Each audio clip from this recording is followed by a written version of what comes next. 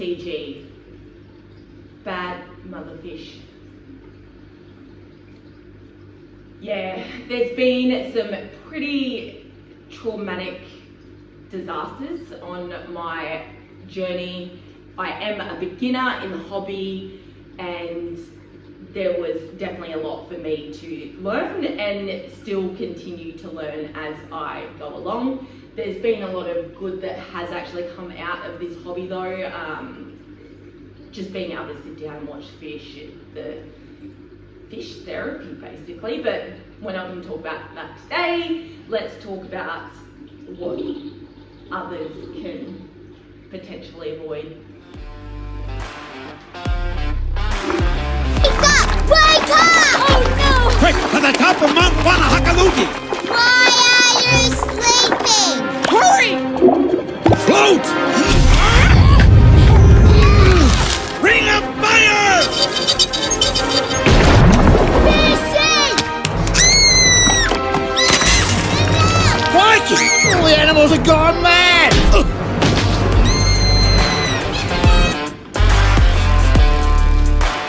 Right, so number one on my list is not doing research. Yeah. When I was actually coming up with this list, I did realise that I was a fish owner prior to this. It was actually about 10 years ago, and yeah, no research was definitely involved here.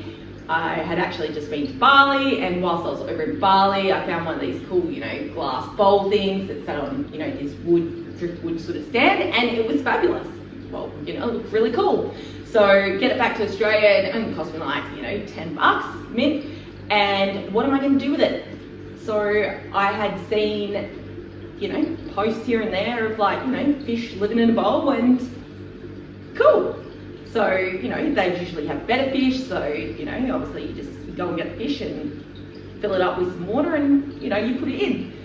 That's what I did. Went up to the pet shop. I did actually buy, some really cute pink rainbow gravelly sort of stuff. And the fish. Paid about $10 for a better. Brought it home, poured some water in, put the fish in. Yeah, after, a week or so, it started getting really cloudy and gross and couldn't figure out what was going on, and didn't really research it because by the time, yeah. Don't do that. So number 2 on my list is, as a beginner, I would avoid buying fish online. So obviously I buy a lot of stuff online normally, and that's pretty much what a lot of people do these days. However, I didn't really know what I was getting myself into. I'd obviously just gotten a job, got my first paycheck, really wanted German blue rams, and did an online order, bought some other stuff as well. So bought some bloodfin tetras, I think it was, lemon tetras, all this sort of stuff, which is stuff that I could have gotten in a local fish store, but I didn't know really any better. And so I, bought a whole heap of fish online. I think I spent about $550. Oops. It's not all bad. They did arrive. So what I didn't think about was I was going to be at work that day. Well, I did kind of think that. I got them delivered to work because that's what I usually do with online shopping and all that sort of stuff. And got my delivery. And then I'm reading through, there's this policy of dead on arrival, all this sort of stuff, and I'm like, what do you mean dead on arrival? I should just be able to get the fish. Yeah, didn't think about the actual logistics of it. So being in Perth, Western Australia, my fish were coming from Queensland, Sunshine State. That's a pretty big journey. Another thing that I didn't really realise was Western Australia has really strict guidelines as to what you can bring in. So they've got to go through custom quarantine and all that sort of stuff, which causes delays. So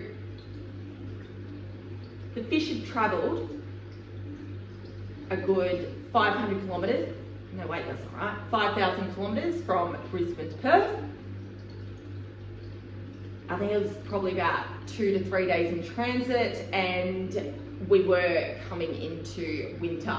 So in WA it does start getting quite cold. Yeah, heat packs, they stop working. Get my fish, and I actually do have some footage of that. So let's have a look at the fish when they arrived.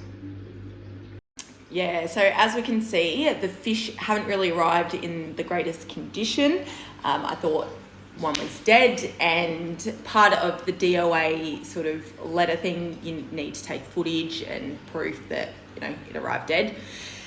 Yeah, and this was pretty traumatic because, you know, not really owning fish yet, and it was one of the German blue rams, which were the ones that I really wanted. The DOA policy got worse. Pretty much, if you want to try and claim a refund, you're meant to cut the tail off and, you know, send proof and all this sort of stuff. And boy, was I not doing that at this point in time. So yeah, the fish arrived really cold. Good news at this point in time is my German blue rams actually ended up surviving. So even the one that I thought was dead. Number 3 on my list is reading instructions, which is probably similar to research and understanding how to actually use your equipment. So after researching and, you know, getting a little bit more into the hobby, started seeing things about heaters and glass heaters, you know, potentially exploding in the tank and, you know, causing dust and all this sort of stuff. So what do? I've also upgraded by this point to, you know, not this tank, but I did have, I think it was like, it's a 65 litre maybe. And so I go out and purchase, you know, one of these titanium heaters. Perfect. Didn't read the instructions properly. Late at night, setting it up, just put the heater in, similar to what I did with the glass heaters. Not paying attention to this bad boy. Yeah, so I know now that this is meant to be suctioned inside the tank, and it's to actually regulate the heat. Went to bed, and I woke up the next morning to, yeah, not a fun sight. So the tank was reading, I think it was about 45 degrees or something like that at that point, and there were no survivors, unfortunately. This also actually goes to any heater in general. I've had a couple of near misses even with the other heaters because I haven't been paying attention, forgotten to turn them off prior to doing water changes, things like that. Make sure you do it because, yeah, they will overheat, and they will overheat really quickly, and thankfully I haven't actually had one of them explode, but yeah, read instructions. All right, so number 4 goes down to, you know, research and research properly. I obviously found out about quarantine when I went to go order the other fish online, and I wasn't prepared, so I went out and bought Kmart tanks to be able to quarantine, which was, you know, great. And then I was like, oh, okay, now I need to escape them and all this sort of stuff. And so by this point I'd watched, you know, a lot of aquascaping videos and, you know, certain fatherly advice, and, you know, people talking about like dirter tanks, all this sort of stuff, perfect, and really thick substrate. Probably don't want really thick substrate in a 5-gallon tank because, one, you are taking away from you know, the amount of water, and 2, the substrate that I did go for. I used soil out of my garden, so I did research, you know, this a little bit, and I don't use anything, pesticides or anything like that in my garden, so it was going to be organic. Perfect, I can just use that. Did a really thick layer, mixed it in with, you know, some sand and stuff like that as well, which was great at the time. But boy, oh boy, did it take time to settle. So obviously I know a little bit more now, and there was obviously way too much nutrients and things like that. So part of chopping and changing, I mean, a lot of people call it, you know, Wallstad and all that sort of stuff, but there is a lot to learn when it comes to Wallstad, and people obviously, you know, mix up dirted tanks and stuff like that, and it's not accurate at all. So eventually this one did come right. I do have shrimp in there, so I would like to go and rescape it, but don't know how to get the shrimp out. But as you can see, I do have a lot of cyanobacteria and stuff like that in there because, yeah, a lot of nutrients down there. So number 5, I'm going to touch on a couple here as well. The first one being is research the fish properly. So obviously wanted, you know, a nice big display community tank, and I had my rams, and I was like, well, it's gonna go well with rams. Tetras, perfect. And then I was like, wow, there's so many different species of tetras, and they're all really cool. And, you know, just down at my local fish shop, if I saw a fish that I liked, I bought it. And I just thought that all, you know, tetras were the same. Except, oh, these guys, which I'll do a better close-up of after. The blue king tetras, I think they've got another name like Kochu tetras. They're assholes. So I bought a school of them because, you know, that's one thing that I've learned is, you know, you want to make sure that they've got a school and not just 1 or 2 and all that sort of stuff. So I bought them, and they were fine at first. When they grew up, they are the biggest bullies, and I do actually need to redo a lot of this anyway, which is probably the next one, is make sure that the support that you're going to be putting your tank on is suitable for what you need. So this one is hanging out. I do have a project. I need to, yeah, change it obviously, and then I am also going to rescape this in the process and remove those fish because it is also overcrowded, which is the other thing to watch out for. Obviously, you know, being that it was planted and I have a plant, so I was like, oh, I can just, you know, chuck heaps of fish in there. Obviously need, you know, the waste to be able to fertilize the plants and things like that. However, you know, they still need adequate space to be able to be comfortable. So number 6 on my list, it involves research again. So one of the first things I did joining the hobby is I joined Facebook groups.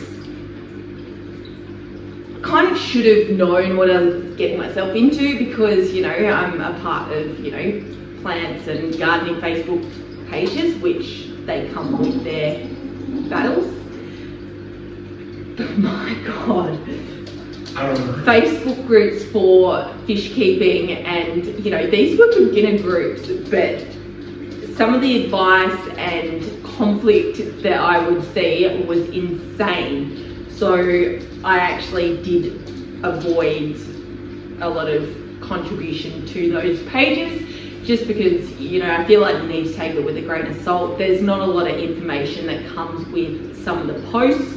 Especially with people replying to other posters, there's a lot of aggravation, and also just a lot of controversy. So, you know, one of the big topics, which is also another one issue for me, you know, things like water changes and stuff like that. So you would always see arguments about, you know, whether or not people do water changes. You know, I don't do it, I definitely do it, I do it once a week, I do it once a month, all that sort of stuff. And there is so much involved in terms as to whether or not you need to do a water change, which is obviously something I found out later on as well, because, you know, I was going down the path of no water changes and things like that.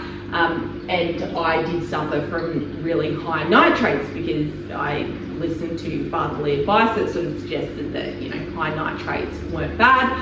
But I've said it before and I will say it again, they are definitely bad, especially for my rams. They didn't look great, and if you go back to my video in terms of making this filtration system, I had to figure out how to actually solve it, and there's a lot of science behind it. So if you're not prepared for the science, then yeah, water changes are probably great for you.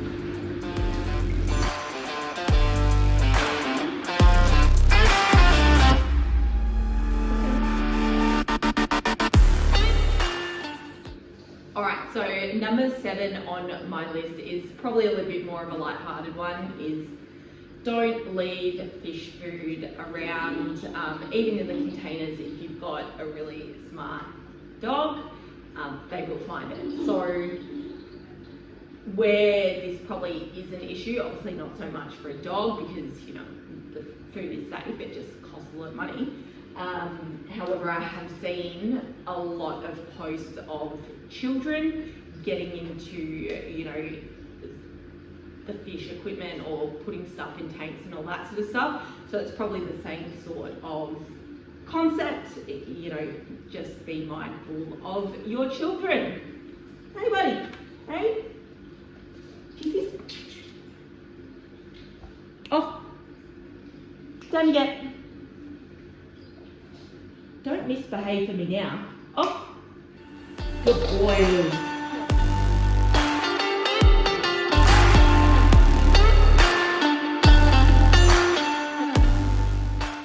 So number 8 on the list for me is pretty traumatic. It only happened about a month ago, and it came to inattention and not doing things that I should have done. My bog filter on the outdoor tank had been leaking, and I came home one day from work and it had drained, you know, pretty far down. My heater was nearly exposed, so I jumped into action and I get the hose out and put it in. Then I forgot about it because I went to, you know, dealing with all the other fish and the dogs. Didn't remember until 4 a.m. the next morning when I woke up and I've gone, oh my God. Yeah, it was not a pretty sight when daylight came. I lost half the tank. So yeah, I did have some survivors. So all the plecos, cories, and I've got some Florida flagfish, and one pearl danio managed to survive. Don't know how, because everything else died. Originally I thought it was due to obviously not having the tap conditioner and things like that in there. However, I think it was just the change in temperature. So yeah, just pay attention to what you're doing.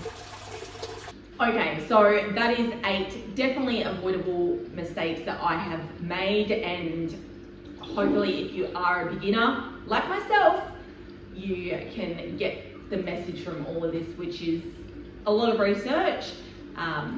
You know, you switch to YouTube instead of Netflix. Is that normal? But probably not. One of the people that I have followed for quite some time is John and Lisa from KG Tropicals, and funnily enough, they actually had a really good live stream. Well, for me, it was this morning. I think it was there last night. And yeah, I don't want to end up on their channel. So if you want the knowledge and experience, go follow someone like them. You can still follow me, being a beginner, but I will always be honest about that, and I'm still learning, and hopefully, you know, you can avoid things that I have done. So I'll leave you with a little bit of KG Tropicals live stream. See you soon. who should you listen to and who should you not listen to? And I'm talking about in the world of social media. And I think it fits because if you're watching this and you weren't watching before I blew up the whole stream, we watched a TikTok of somebody that should not have been putting out information about aquariums. And you know what? That is rampant. But the reason, and feel free, I know I don't have to tell you this, you're just going to do it anyway, but jump in whenever you want because I'm just going to go. Me? Yeah. Oh, yeah, I'll do that. I know she will. I'll do It's that. welcome to my world, ladies and gentlemen.